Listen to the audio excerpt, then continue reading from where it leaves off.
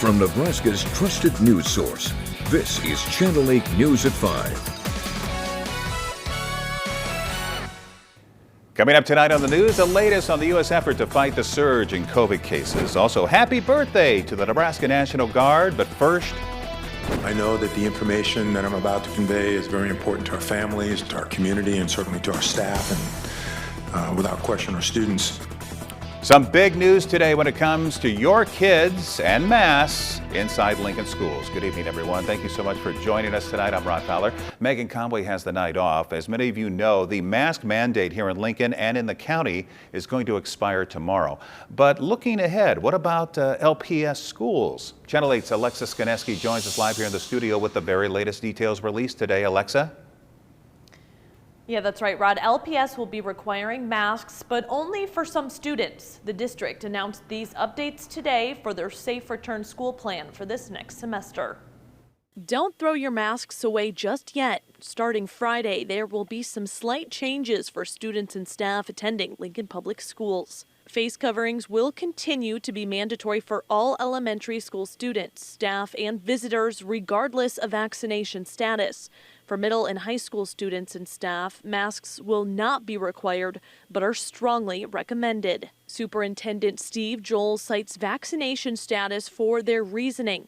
LPS believes only 20 to 25% of their pre-kindergarten through 5th grade students are vaccinated, so the district believes masks need to stay for now until parents have more time. LPS will review community conditions and vaccination rates by January 30th and decide if the face coverings will stay or go for those elementary students. While the numbers aren't strong right now with regard to the ages 5 through 12 vaccination percentages, we think that those are beginning to tick up.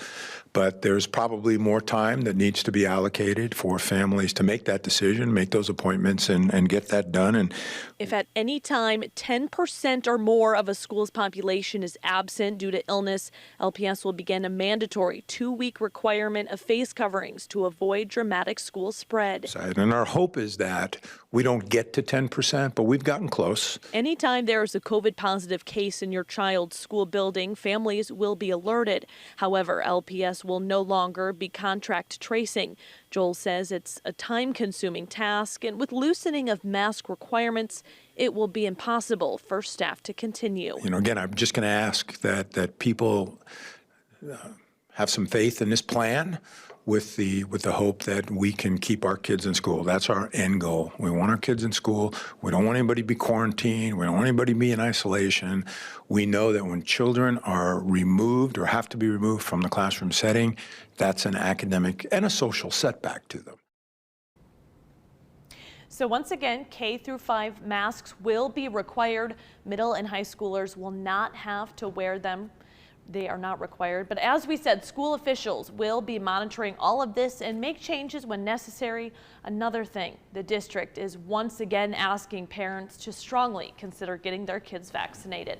All right, Alexa Skaneski, some news that affects a lot of families here. Thank you so much. When it comes to UNL, masks will not be required next semester, but they will be encouraged. The university does plan to release more details of its COVID policies come early January. And now to the U.S. effort to fight the surge in COVID cases. The FDA has issued emergency use authorization for Pfizer's COVID treatment pill. Here's more from ABC's Mona Kosar Abdi. In a game-changing move Wednesday, the FDA authorized the first-ever antiviral COVID treatment pill by Pfizer, with a similar one from Merck possibly to follow suit. Pfizer's at-home treatment has been shown to be effective at preventing serious illness and comes at a time when COVID cases fueled by the new Omicron variant are rapidly rising across the country. If you were to get disease, these 2 pills could potentially help you avert severe disease if you take them early. The Pfizer pills, which require prescription, are for those at high risk of severe illness and will be in very limited supply, likely for months. CDC Director Rochelle Walensky and the Biden administration are stressing that vaccines and booster shots are still the first line of defense against the virus. The CDC reporting the number of new COVID-19 infections could exceed previous peaks in coming weeks. The U.S. is now averaging nearly 150,000 new COVID-19 cases every day, up about 72% in the last month. It's moving quickly. The doubling times of this virus are very fast, around 2 days. And so we've seen what is happening here has happened in other countries. And that's really the reason for action right now. From coast to coast, hospitals already feeling the effects. The president of the American Nurses Association telling ABC News nurses are working around the clock. When I speak with nurses across the country, they are totally exhausted, both mentally and physically, from all the hard work that they're having to do. And now, California will require healthcare workers to get booster shots in order to be fully vaccinated. In New York City, staffing issues have forced one of the city's largest healthcare providers to temporarily close several locations. We're doubling down on testing. We're working hard to meet the real demand that's out there. Meanwhile, Massachusetts is the latest state to activate the National Guard to assist overwhelmed hospitals. Mona Kosar-Abdi, ABC News, New York. And the surge having a big impact in sports. In college football, Texas A&M has just pulled out of the Gator Bowl due to the virus-related issues and injuries they're having. And the National Hockey League, it has announced players will not participate in this year's Winter Olympics. All right, back here at home now, a well-known Lincoln police sergeant of nearly 10 years has been fired. Angela Sands made complaints about a discriminatory culture at the Lincoln Police Department. She believes that was a reason for being let go. Just last week, a former officer who was awarded a settlement for her claims against the department talked about Sands' suspension at the time. Sergeant Angela Sands has been placed on an unjustified, unpaid 30-day suspension. This is the same Sergeant Sands who nearly gave her life for the city on November 29, 2015. The Lincoln Police Department could not comment on Sergeant Sands' firing and did not shed light on exactly why she was let go. We're going to have much more on this story coming up on our newscast at 6 o'clock. All right, it was a big day for the Nebraska National Guard. It's their 167th birthday.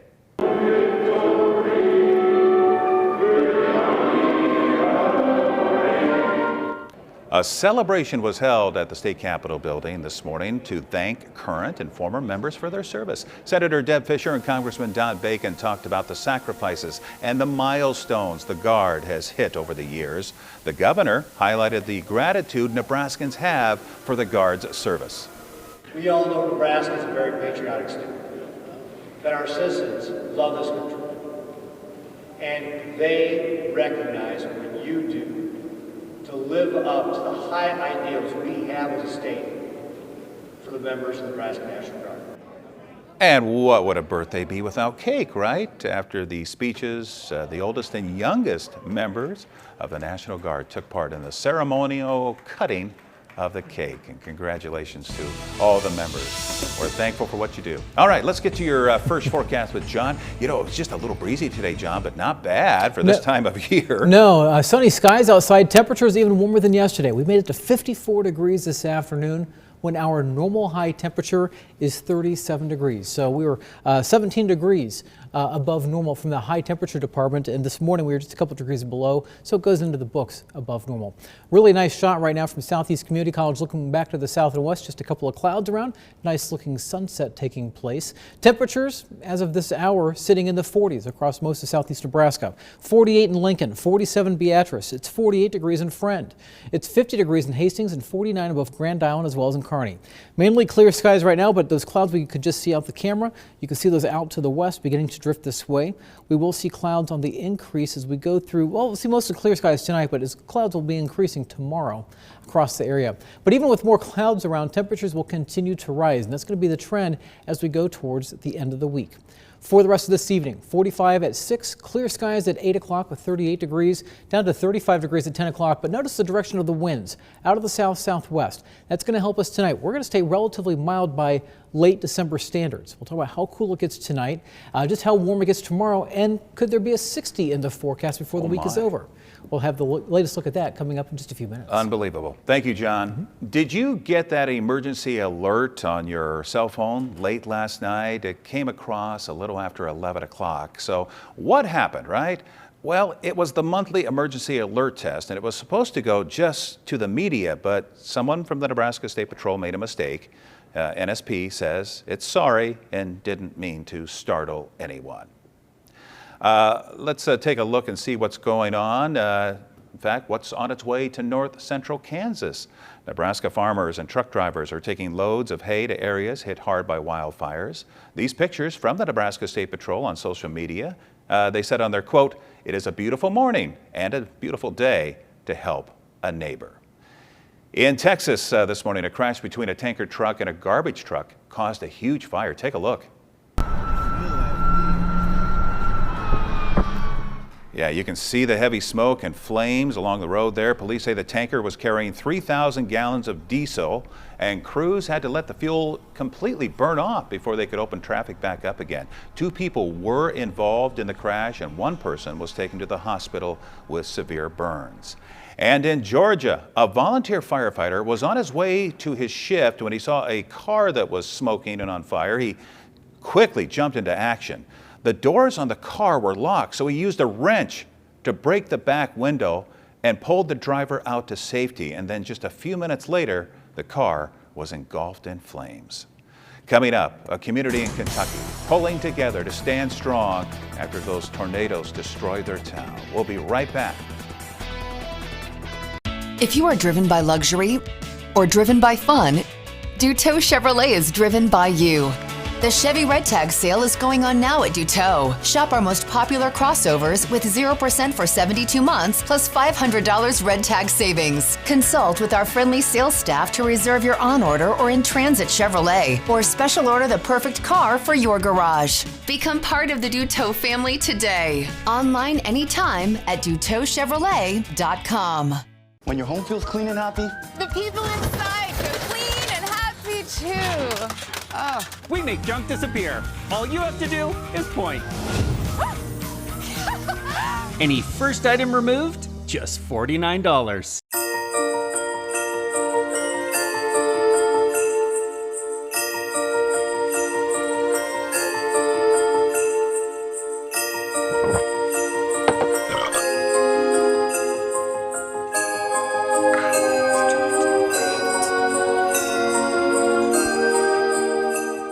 The solution to homelessness and poverty has always been human kindness.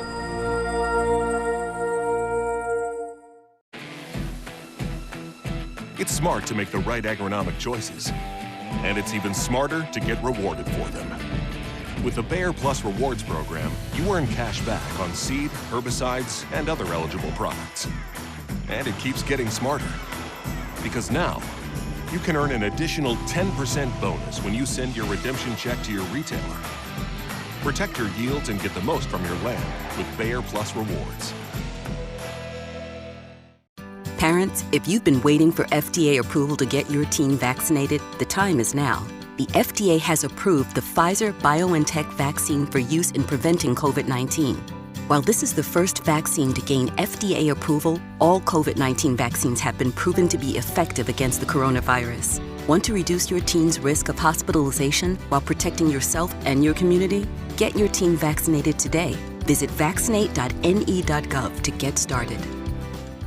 Roald Dahl's Charlie and the Chocolate Factory is coming to Lincoln. From the creators of Hairspray comes a musical adventure the whole family will enjoy. January 27th through 29th at Leeds Center for Performing Arts. Tickets on sale now at leedscenter.org. I have something for you.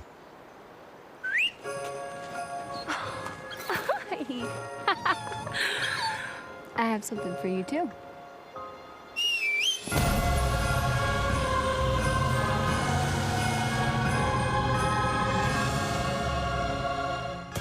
Step up to GMC with 0% financing on these GMC models.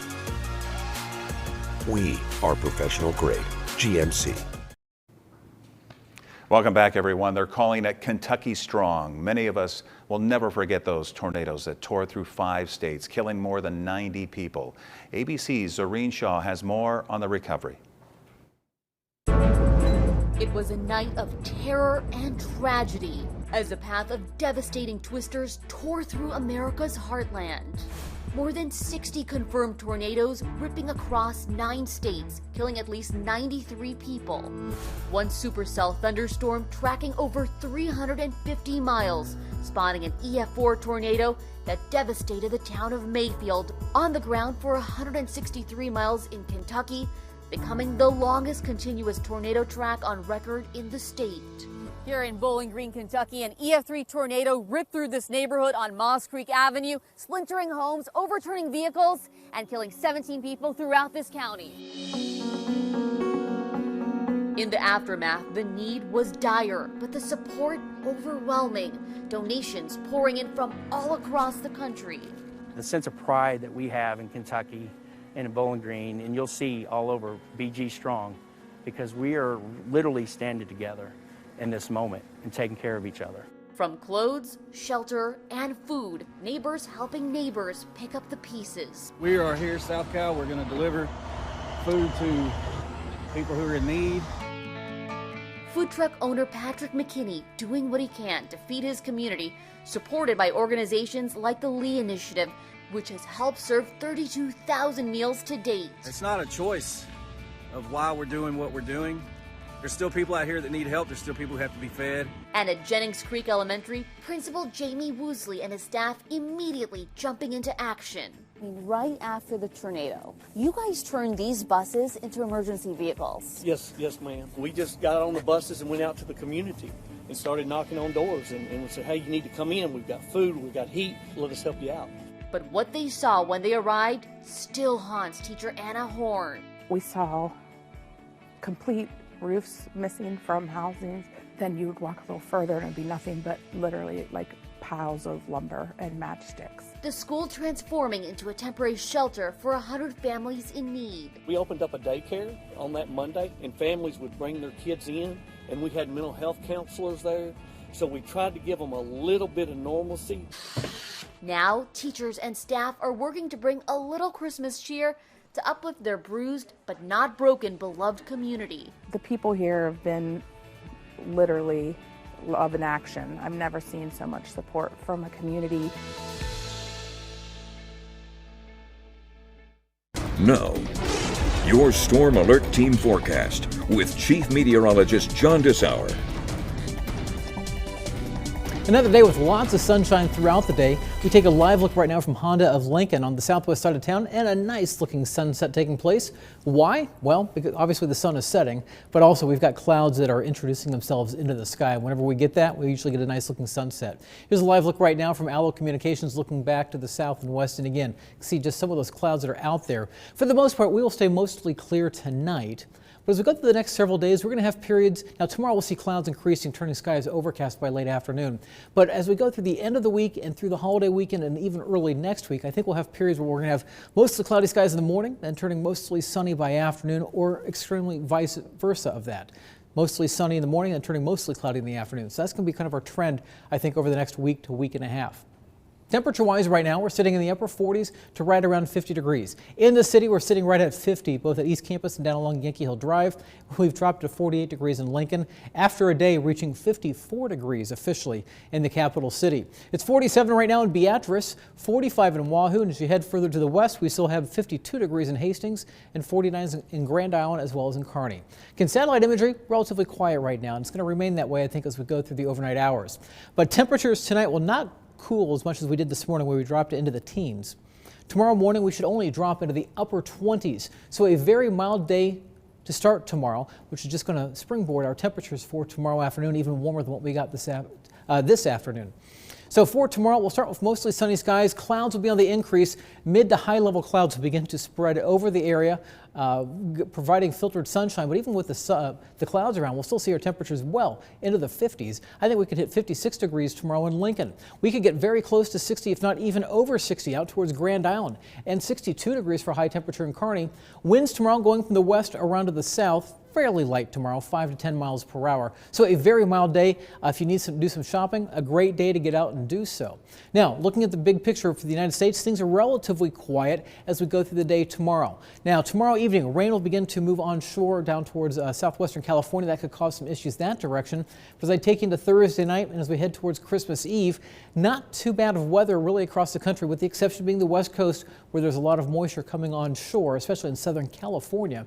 as they go through the day on Friday. Some very light showers moving through the central United States, but again, most of us should remain in pretty good shape. So if you've got air travel plans for tomorrow, as tomorrow will be one of the busiest days of the travel season for Christmas. Everybody looking fine. I am putting a yellow airplane on for Los Angeles tomorrow evening with the potential for some delays due to that rain in the southwest corner. Around here on Saturday for Christmas Day, it looks very nice with temperatures well above normal. We're talking highs in the mid-40s, and some of you may even approach 50 degrees. 7-day forecast shows nearly 60 degrees for a high on Christmas Eve, 59, 46 on Saturday, 48 Sunday. Now, there is a pattern change coming for next week. Long-range computer models continue to suggest colder air coming down our direction. Not brutally cold air by any means, but from what we've had so far this month, it is going to feel cooler. Highs only in the upper 20s by next Wednesday. Next Thursday, 33. And right now for New Year's Eve, I have introduced a chance for a few light showers through the day. And then we start the new year on a cold note, a high of only 21 degrees. All right, thank you, John. Well, starting today in Lincoln, you may see some new street signs downtown. The Lincoln Chamber tweeted to keep your eyes peeled for a new set of holiday street signs that were put up downtown. Some of the designs include, quote, resting Grinch face, reindeer crossing, and I'm feeling 22. There are the signs right there. All right, let's take a minute here and check out Wall Street. Not a bad day today. The Dow up 261 points, NASDAQ up 181. We'll be right back.